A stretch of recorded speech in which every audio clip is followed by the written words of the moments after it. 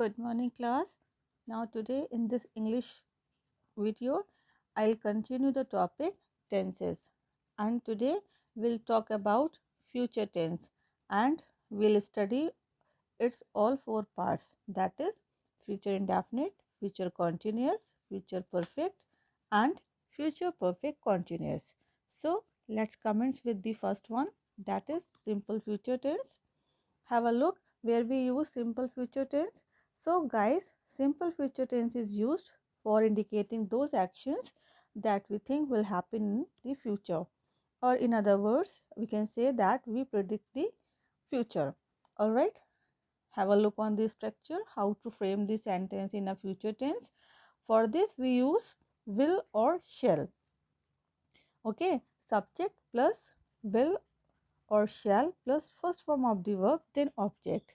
Will we use with the singular subject, and shall, as I told earlier, we use with the plural subject.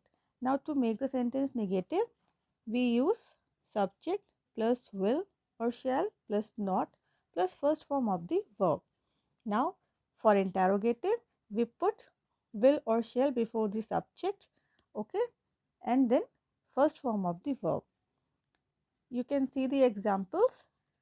See the affirmative sentence, I will travel around the world. Now, negative, I'll not travel around the world. Now, see the interrogative, will I not travel around the world? Now, move on the next, that is future continuous tense. Okay, guys, future continuous tense is used to describe actions ongoing in the future. The future continuous tense is used to refer to continuing action that will occur in the future. Okay, have a look on the examples. I shall be playing. She will be playing. Have a look on the rules how to frame a sentence in future continuous tense. For this we use subject plus will or shall plus be, and then first form of the verb, and we add ing, means present participle form of the verb we will use in future continuous tense. All right, now to make the negative, subject plus will or shall plus not plus be plus first form of the verb and then ing. Now interrogative, we put shall or will before the subject, then be, then present participle form of the verb. Okay, have a look on the examples. It will be raining at this time tomorrow.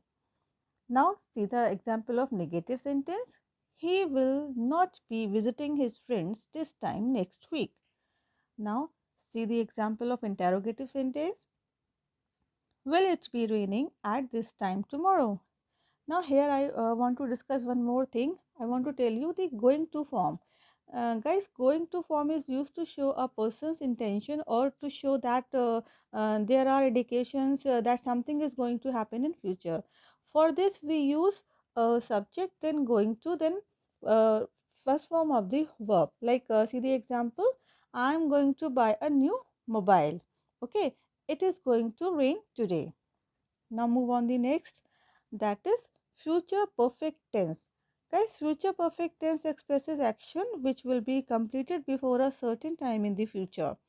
Okay, it uses to make a sentence in future perfect tense we use the verbs will have or shall have, and then as it is perfect tense, so we will use the past participle form of the verb. Past participle form means the third form of the verb.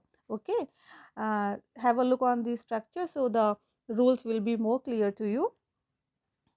See, subject plus will have plus third form of the verb. Now to make the negative, subject plus will plus not have, then third form of the verb. Interrogative, will or shall plus subject plus have plus third form of the verb. Now have a look on the examples. By next week, we'll have earned lots of money. See the negative? He will not have received enough score by the summer. Now interrogative, will he have finished his work by 5 o'clock? Now move on the next, that is future perfect continuous. Okay. Guys, this is used to talk about an action which will be in progress over a period of time that will end in the future. Okay, we can say that this tense is used to denote a continuous action. So it is used with the with reference to some time in the future. Okay, you can see the examples. By next March, we shall have been living here for 5 years. As it is the perfect continuous tense, so we use here since or for.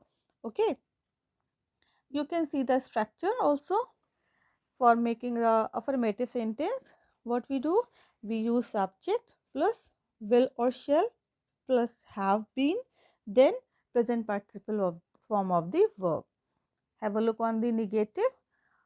Subject plus will plus not plus have been plus present participle form.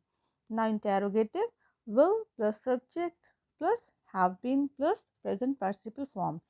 Have a look on the examples. See the second one. I shall have been teaching in this college for 20 years by next July. Okay, so this is the future perfect continuous tense. I hope that now the tenses are clear to you.